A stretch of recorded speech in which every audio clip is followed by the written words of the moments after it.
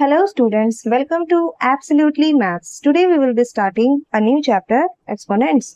Let कोई number है x, उसे हम एक बार, दो बार, तीन बार, चार बार ऐसे up to n times multiply कर रहे हैं। तो हमें क्या मिल रहा है? हमें मिल रहा है x to the power n। ऐसे अगर हम 1 times, 2 times, 3 times, 4 times up to 100 times multiply करेंगे तो हम उसे 100 टाइम्स तो नहीं लिखेंगे। हम उसे कैसे लिख सकते हैं? x to the power n, यानी वो नंबर n टाइम्स या फॉर एग्जांपल 100 टाइम्स मल्टीप्लाई हुआ है। तो अब जो हमें ये एक्सप्रेशन मिला है इसे हम कहते हैं exponential expression. x to the power n is called as exponential expression, जहां x क्या है?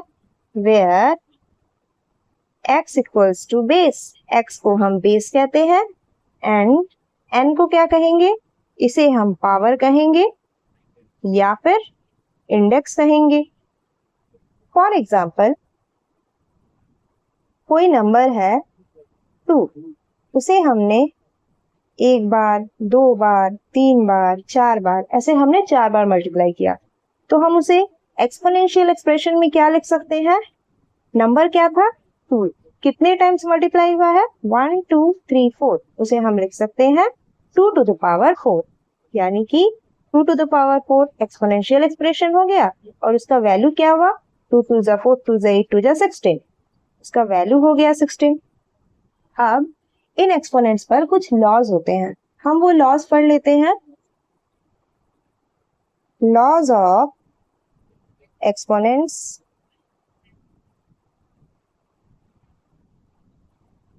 First law is a to the power m into a to the power n. कोई लॉ है a to the power m into a to the power n, उसे अगर हम solve करें, यहाँ बेस सेम है, पावर्स डिफरेंट है, तो मल्टीप्लिकेशन के केस में बेस लिखकर पावर्स ऐड हो जाते हैं। तो उसे हम क्या लिखेंगे? a to the power m plus n। Example ले लेते हैं, 2 to the power 2 into 2 to the power 3। यहाँ बेस सेम है, हमने 2 लिख लिया। फॉर्मूला क्या था?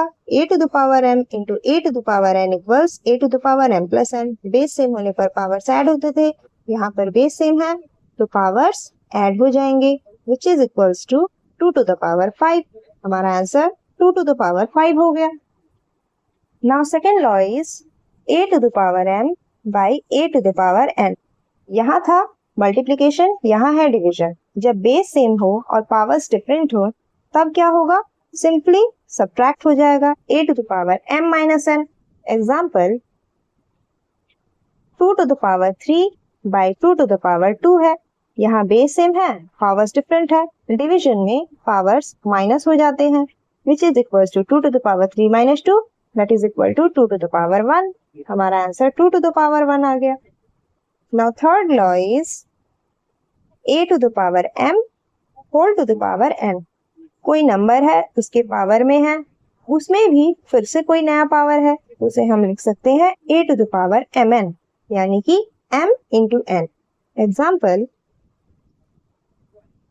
2 to the power 3 whole to the power 2। यहाँ पर बेस 2 है, जिसमें पावर 3 है, उसमें भी होल पावर 2 है, तो उसे हम क्या लिख सकते हैं? 2 to the power 3 into 2, which is equal to 2 to the power 6।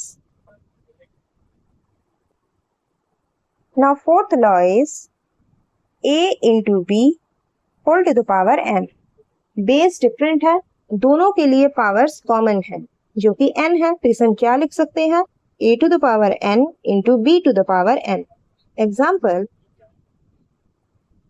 2 into 3 whole to the power 4। इसे हम क्या लिखेंगे? 2 to the power 4 into 3 to the power 4। Next law is a by b whole to the power n। Different base है, power same है, इसे हम लिख सकते हैं a to the power n by b to the power n।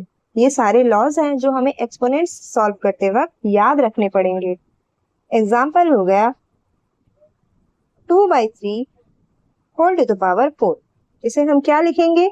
2 to the power 4 by 3 to the power 4। Now 6 a to the power minus m। अगर कोई power negative में है तो हम उसे क्या कर सकते हैं, हम उसे 1 by a to the power m लिख सकते हैं ताकि वो पावर पॉजिटिव हो जाए। Example 2 to the power minus 3, इसे हम लिख सकते हैं 1 by 2 to the power 3 which is equals to 1 by 8। यहाँ हमारा पावर पॉजिटिव हो गया। Next law is root over a। यहाँ रूट में कुछ भी हो सकता है पावर में, यहाँ n मीन्स 2 3 4 5 कुछ भी हो सकता है, तो हम क्या लिख सकते हैं a to the power 1 by n। Example कोई नंबर है 4 रूट ओवर 3, तो हम उसे क्या लिखेंगे 4 to the power 1 by 3।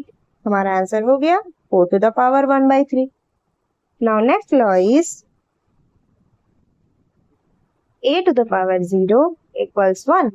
किसी भी नंबर का पावर अगर 0 होता है तो उसका आंसर 1 ही होता है। Example 5 to the power 0 which is equals to 1, क्योंकि लॉ यही कहता है any number to the power 0 is 1। तो हमने आज क्या पढ़ा, हमने एक्सपोनेंशियल एक्सप्रेशन देखा, हमने लॉज ऑफ एक्सपोनेंट्स पढ़े। ये सारे लॉज हमें याद रखने हैं ताकि हम आगे के एक्सरसाइजेस में इन्हें यूज करके उन क्वेश्चंस को सॉल्व कर सके। That's all for this video.